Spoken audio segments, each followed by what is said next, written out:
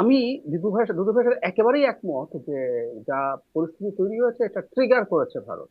কিন্তু এখানে আমার একটা কিন্তু আছে। আমি প্রতিক্রিয়া কি দেখাবো, কতটুকু দেখাবো, দ্যাট ম্যাটার্স। কোন রকম কোনো সন্দেহ নাই, ভারত বাংলাদেশের ওপরে শেখ হাসিনাকে চাপিয়ে ক্ষমতায় রেখে যা যা করেছেন, ভারতের ইন্টেলিজেন্সিয়া এই কথা বলছে যৌক্তিক কারণেই যে বাংলাদেশে যা যা ঘটে সবকিছুর সাথে শেখ হাসিনা যেমন জড়িত, একই সাথে মানুষজন ভারতকে ট্যাগ করছে, and which is logical. So ক্ষোভ হতে হতে রাগ, বিরক্তি, বিতৃষ্ণ হতে ঘৃণায় পরিণত হচ্ছে, আমি মানি এটা। 5 আগস্ট পরবর্তী সময় শেখ হাসিনাকে তারা আশ্রয় দিয়েছেন, আমি এটাও ছাড় দিতে প্রস্তুত আছি। তাদের দীর্ঘদিনের লাই ছেড়ে দিলে ভবিষ্যতে আরেকটা হাসিনা পাবে না এখানে বা সাবকন্টিনেন্টে। কিন্তু শেখ হাসিনা যে প্রতিদিন অলমোস্ট কথা বলে, হুমকি দেয়, বসে বসে বাংলাদেশের নির্বাচন ডিস্টার্ব করতে চায়, সমন্বয়ক ডক্টর ইউনূস, তারেক রহমান সবাইকে অ্যাকিউজ করে, সুযোগ করে দেখিয়ে দেবেন, এই যে ক্রমাগত অস্থিরতা তৈরি করে যাচ্ছে আমাদের দেশের বিরুদ্ধে, এটা মানুষকে আরো ক্রমাগত করতে পারে, এতেও সন্দেহ নেই। টেরিtoriয়াল ইন্টিগ্রিটি নিয়ে প্রশ্ন তোলা খুবই খারাপ কথা, মানি। কিন্তু আপনি ভারতের মিডিয়া দেখুন, বাংলাদেশের ফেরির ওখান দিয়ে একটা চিকেন স্ন্যাক আছে, ওইটা আলাদা করে ফেলবো, চট্টগ্রাম পার্বত্য চট্টগ্রাম নিয়ে নেব। বাংলাদেশের মাথায় পঞ্চগড়ের ওই জোন থেকে বিরাট অংশ কেটে নিয়ে চিকেন স্ন্যাকটাকে চওড়া করে ফেলবো। শুধু তাই না, বিজেপির যে আদর্শিক প্রতিষ্ঠান আরএসএস, তারা অখণ্ড ভারতের কথা তাদের অফিসিয়াল কথায় লিখেছে, তাদের পার্লামেন্টে অখণ্ড ভারতের মানচিত্র আছে।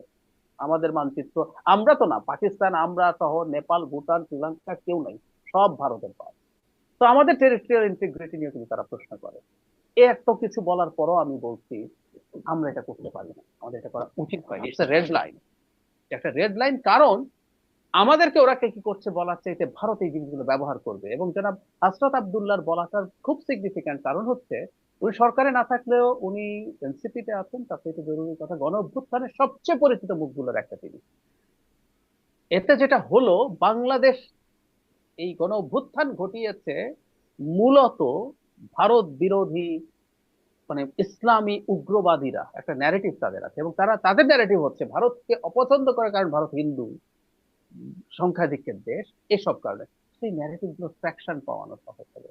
আমরা ভারতের সমালোচনা করতে পারি, করতে হবে, করা উচিত হবে। আমি আমি নিজে কট্টর ভারত বিরোধী মানুষ বলে আমি মনে করি না। আমি প্রচুর ভারত মানে ভারতের সরকার এবং পলিসির বিরোধিতা, জনগণের বিরোধিতা না, পলিসির বিরোধিতা।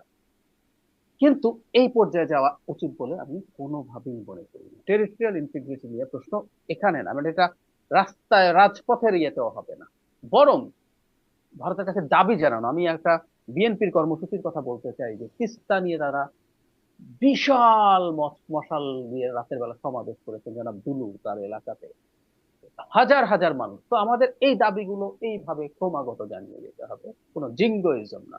জিঙ্গোইজম হয়তো মানুষের মধ্যে তো ক্ষোভ আছে, ঘৃণা আছে, মানুষ পছন্দ করে, কিন্তু এটাকে আমি সমর্থন করি না। তো জি। ঘৃণা রাগের কারণ ভ্যালিড, কিন্তু প্রতিক্রিয়ার একটা সীমা থাকা উচিত বলে মনে করি। আমি মনে করি যে বাংলাদেশে এই ধরনের প্রবণতা আসলে আগেও ছিল, কিন্তু আগে, ইভেন শেখ হাসিনার সময়ের কথাও বলবো, যে এই সো কল্ড তৌহিদি জনতা, আমি একদিন বলছিলাম আপনাদের এত হ্যাডাম কোথায় ছিল এতদিন, আপনারা শেখ হাসিনার সময় এগুলো করেন নাই কেন?